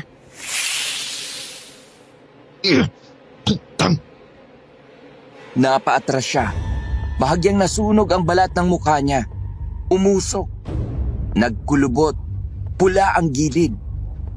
Nasingot ko ang amoy ng sunog na laman. Nakakahilo. Hayop ka!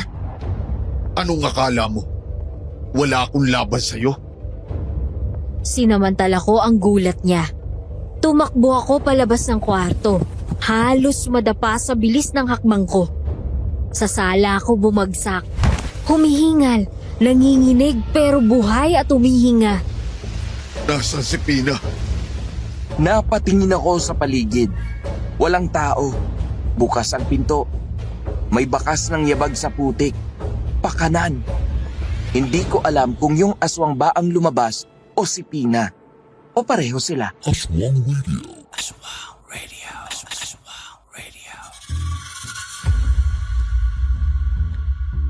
Grabe boy, hindi ako makahinga. Sino ba yung aswang na yan?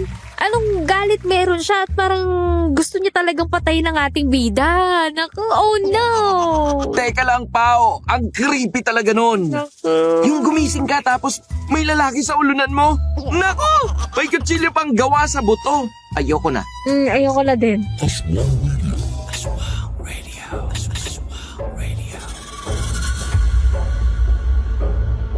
Pinilit kong huminga. Kinuha ko ang isang kahoy na upuan at ipwenesto sa pinto para harangan. Pero bago ko maisara ng tuluyan, may narinig akong tawa. Mahabang halakhak mula sa labas.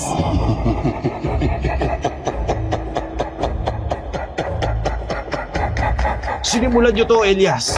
Tatapusin ko gamit ang dugo ninyo'd lahat. Hindi ko siya nakita. Pero ramdam ko ang presensya niya sa bawat ihip ng hangin.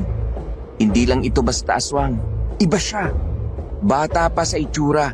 Pero ang lakas niya, hindi pangkaraniwan. Hindi ko alam kung anong atraso ko sa'yo. Pero pag may ginawa ka kay Pina, hindi kita patatawarin. Hindi pa to tapos. Napaupo ako sa kawayang upuan. Pinilit kong ayusin ang sarili ko. Pinilit kong hindi manginig, pero hindi ko na makontrol ang kabog ng dibdib ko. Sumabay pa ang pagbagsak ng malakas na ulan.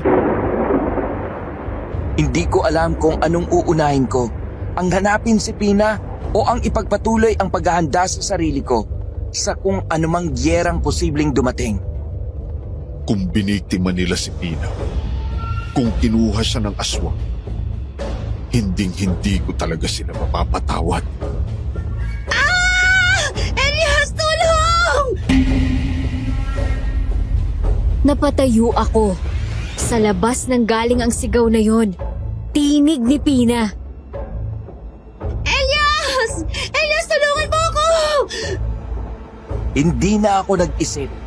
Tumakbo ako palabas ng bahay. Walang armas, walang baston. Ang tanging dala ko lang ay galit. Galit at takot. At sa ilalim ng malamig na ulan, ramdam kong nagsisimula pa lang ang tunay na bangungot. Basang-basa ako sa ulan, pero hindi yun ang dahilan kung bakit nanginginig ako. Ang puso ko, kumakabog sa kaba habang sinusundan ko ang tinig ni Pina. Mahina, umiiyak at nakakaawa. Pina! Nasaan ka?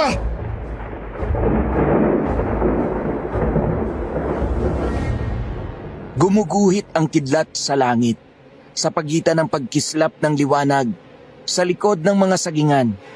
May naaaninag akong mahina't kumikislap. Isang lampara. Umakbang ako ng dahan-dahan. Doon ko siya nakita. Nakatali siya sa punong mangga. Basa ang buong katawan. Nanginginig. Luhaan. Hawak pa rin ang sako niyang may paninda. Parang hindi niya mabitiwan kahit sa ganitong sitwasyon. Pina! Anong ginawa nila sa'yo? Sinong gumawa nito? Elias, tulungan mo ako. Lumapit agad ako.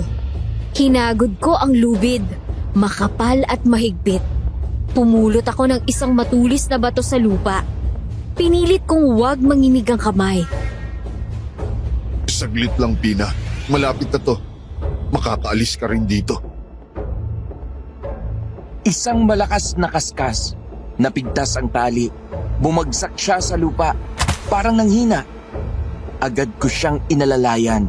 Pero imbis na yakap o pasasalamat,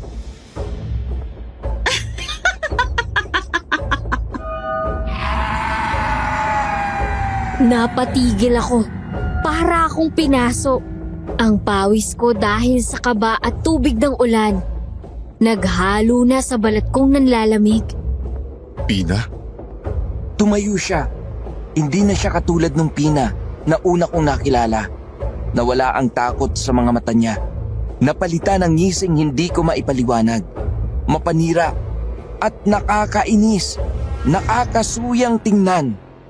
Ay, Elias, hindi ko naman akalaing ang dali mo lang palang utuin. Kayo ng pamilya mo. Anong ibig mo sabihin? May mga yabag sa likod.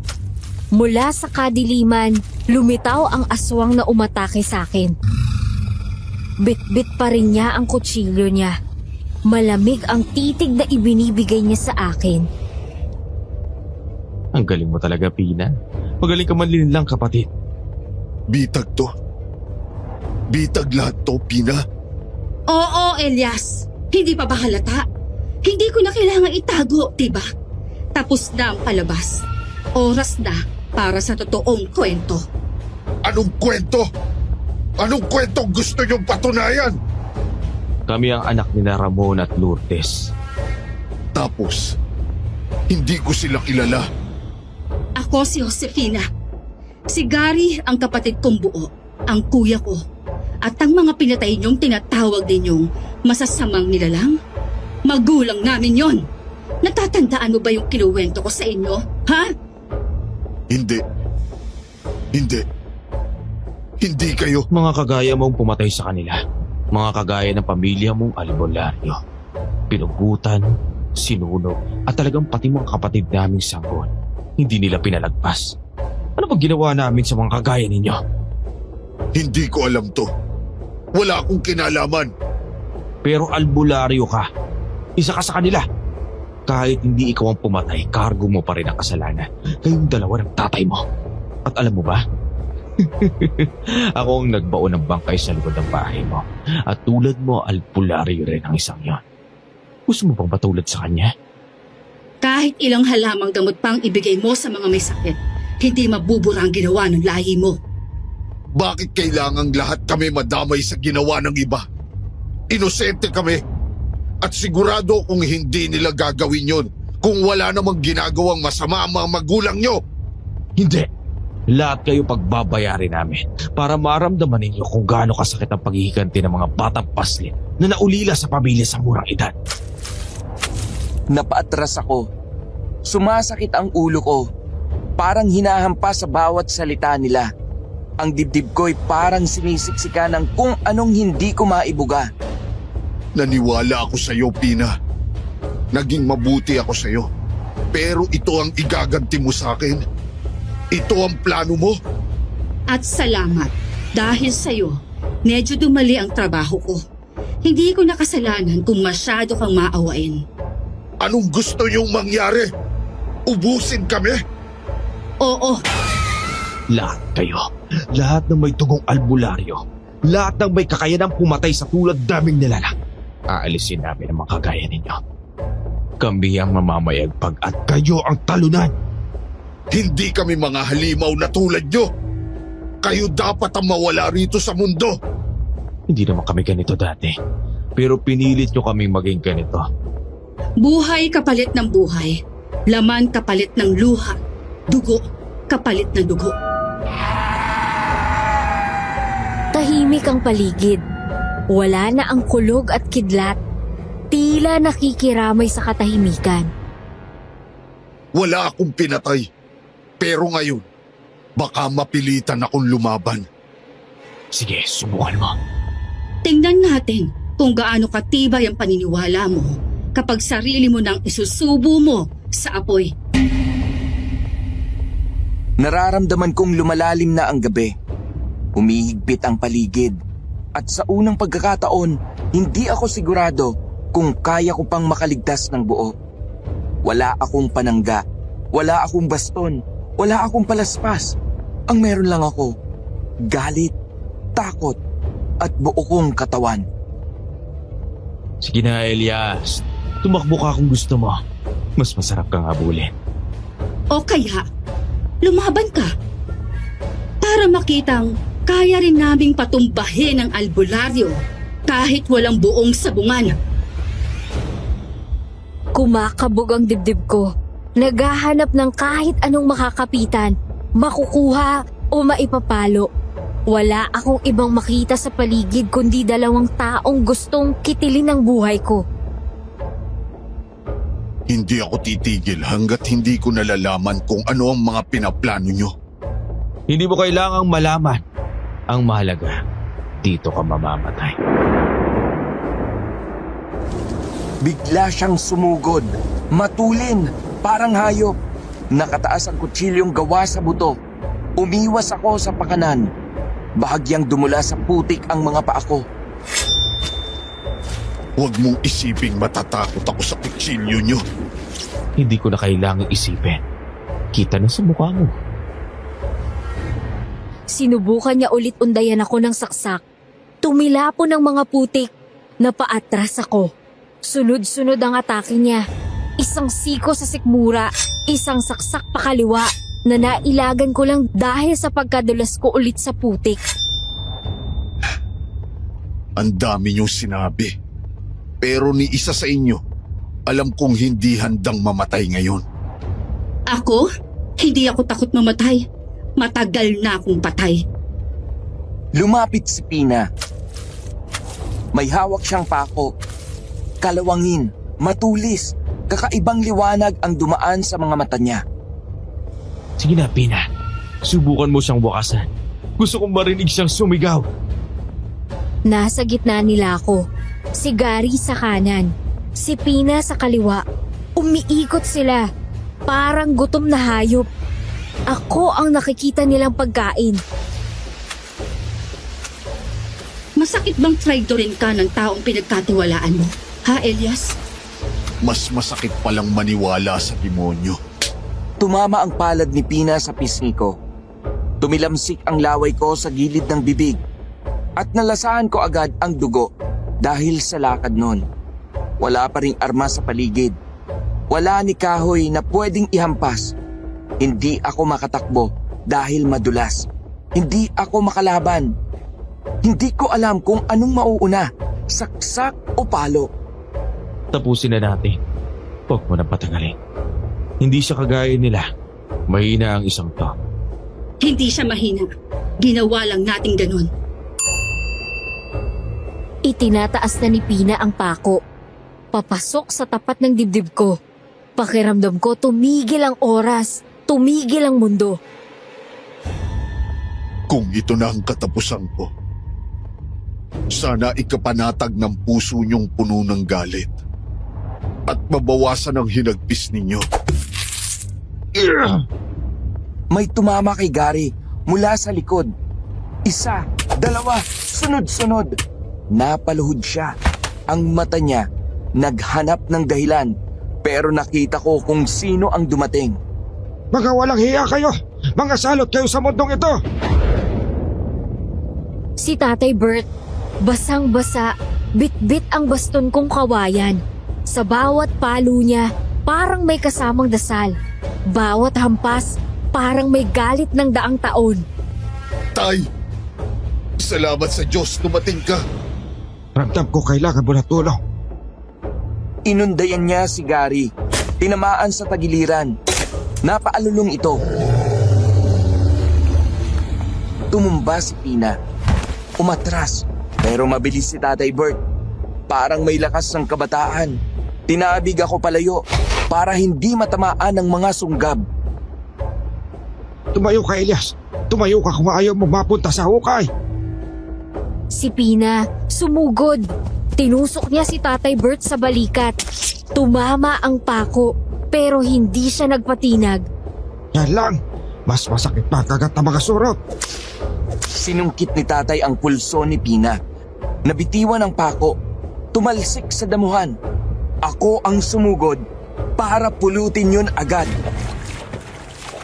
Ito ang kailangan ko. Habang abala si Tatay, ako naman ang sumalo sa laban. Hinarap ko si Gary na pilit bumabangon. Pinilit ko ang lakas ko sa isang bigwas ng pako sa braso niya.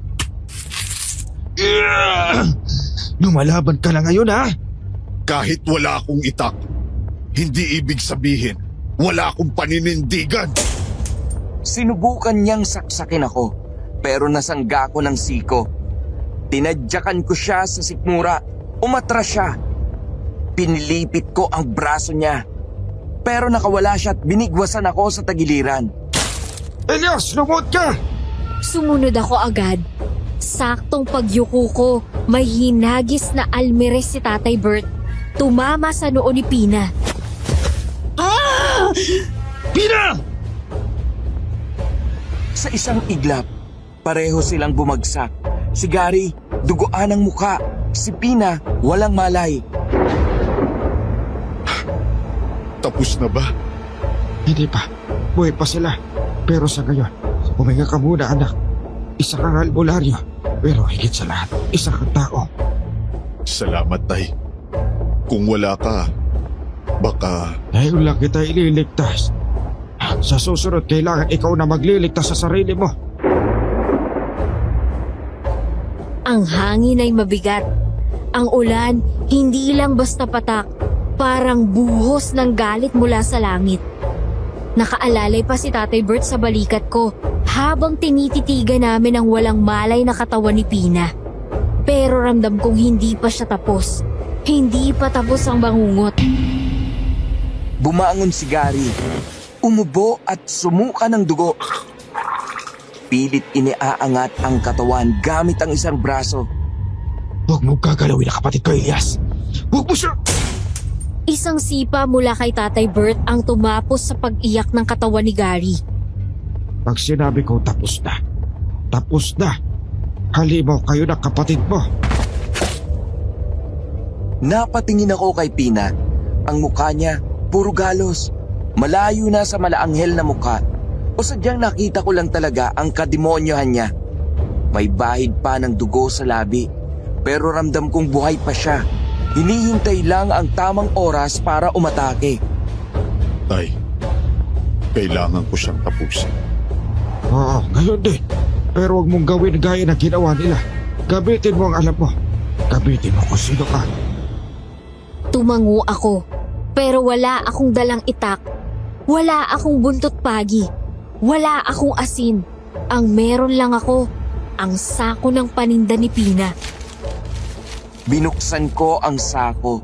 Lumantad ang sangkaterbang bra. Iba't ibang kulay. Laki, tela. Pero ang mata ko, huminto sa isa. Pula, makapal, matibay ang strap. Ito lang ang meron ako. Hindi siya tinatablan ng bawang dahil nahahawakan niya ang mga ito. Kung gagamit ka ng bra para pumatay, siguraduhin mong hindi ka mabibigo. Lumapit ako kay Pina. Mabagal. Walang halos tunog ang mga yabag. Nanginginig ang mga daliri ko habang binabalot ang strap ng bra sa palad ko. Nakatingin lang siya. Nakasimangot. Parang tinatawanan ako sa loob ng kanyang isipan. Ganyan ka ba talaga kahangal? Elias? Bra?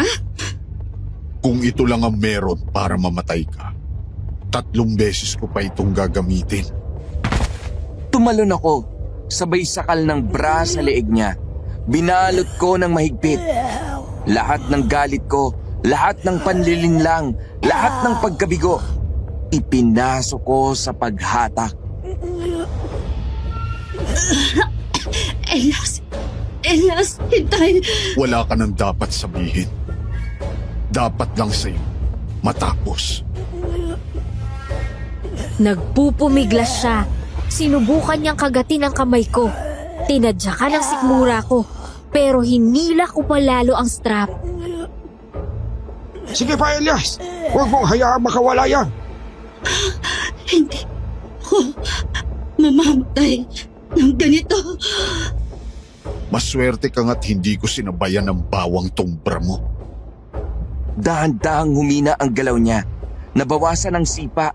Ang kamay, kumakapit na lang sa putik. Ang mukha, namumula, nangingitim. Pina, tapos ka na. Binitawan ko ang bra. Bumagsak siya sa lupa. Katawan ng isang nilalang na wala ng kaluluwa. Nako, Elias, ano klase ka? Bumilib ka na naman sa anak mo. Akala ko dati mahina ka. Akala ko pag dumating ang ganitong gabi, ikaw ang unang mamamatay. Ako rin. Akala ko hindi ko kaya. Pero kinaya ko pa rin sa tulong mo, Tay. Pinulot ni Tatay Bert ang ginamit kong bra. Tiningnan niya. Inikot sa palad at saka siya napailing. Bra, wala pa akong ibang narinig sa buong buhay ko na gumagamit na pumatay nito. Ngayon meron na. Gagamitin ko tong kwento. Isusulat ko para maalala ng susunod na salinlahi. Huwag maliitin ang bra. Pwedeng gamiting panangga na baka yan ang pumatay sa'yo. Napatawa ako kahit basag. Kahit may dugo pa sa gilid ng labi ko.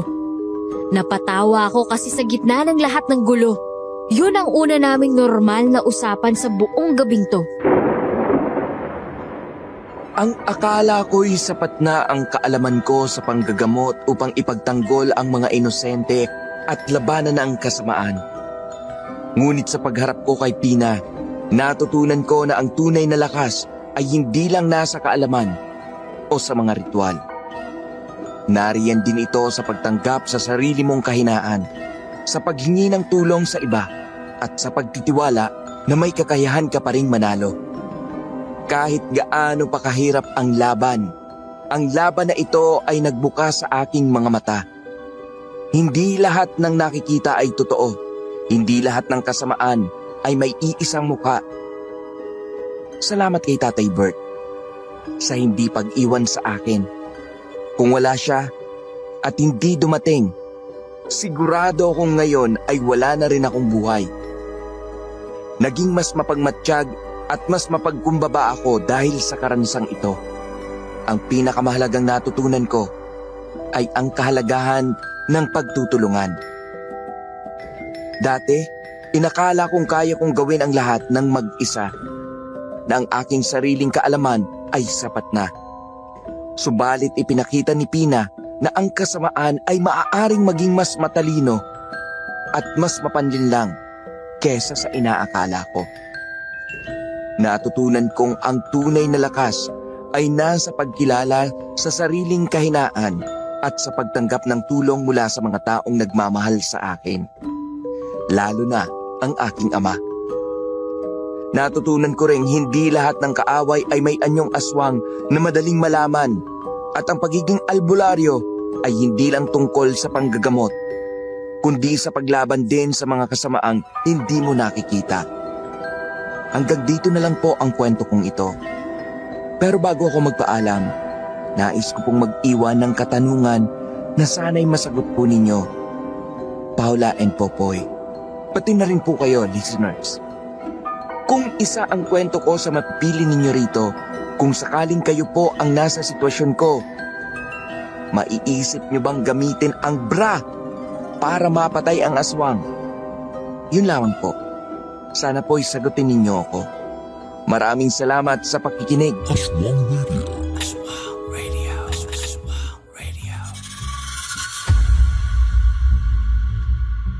Hi! Ewan ko ba, boy? Pero yung pamagat pa lang ng kwento natin ngayon, parang kinalabutan na ako agad. Totoo! Tindera ng bawang at bra nakisilong sa kubo ng albularyong gwapo. Parang title ng pelikula sa VHS, di ba? Grabe yung VHS. Pero in fairness, may lalim yung kwento ni Elias. Ang ganda ng puso niya. Oo, totoo. Sino mag-aakala na yung bawang at bra na usually wala namang connect sa isa't isa, magiging sandata niya pala laban dun sa aswang. Kaya kung may award para sa pinaka-creative boy na weapon, panalo na si Elias. Wala na. Ang tumatak talaga sa akin, yung eksenang niligtas niya si Pina.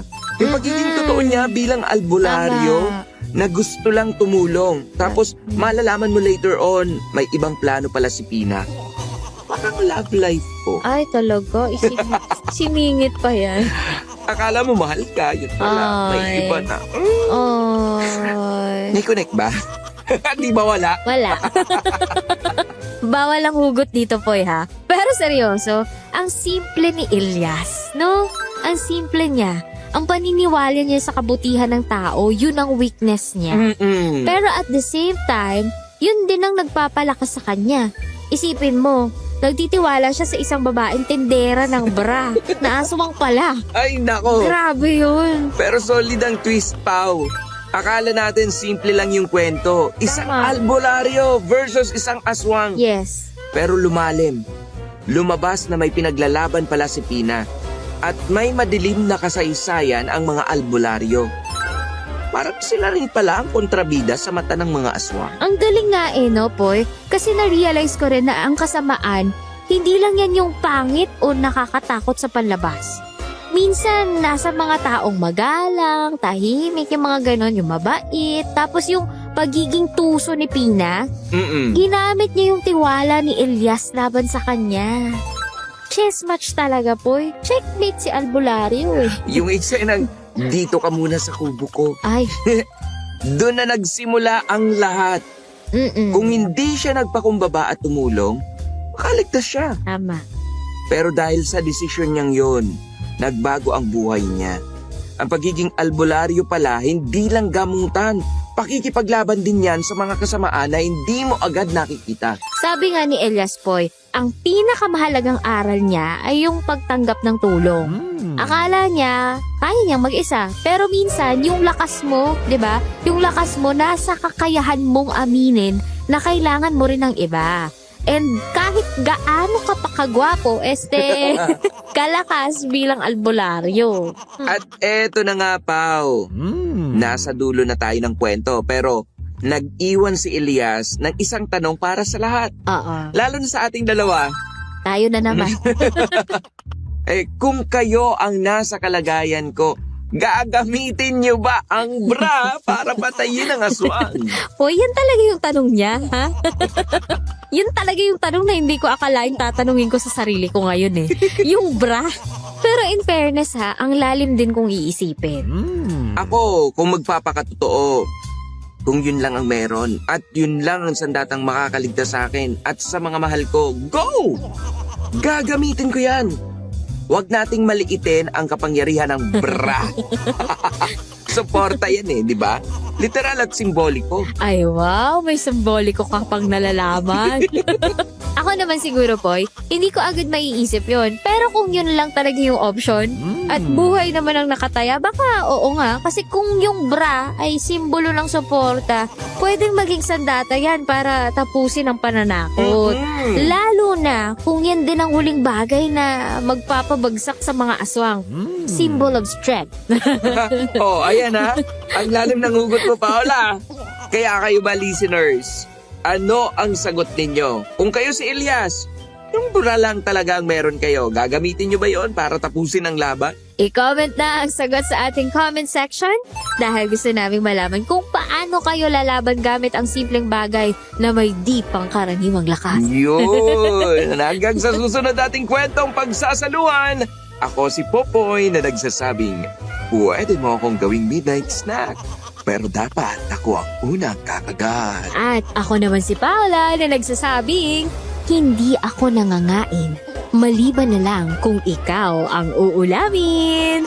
At ito ang Aswang Radio. Aswang Radio.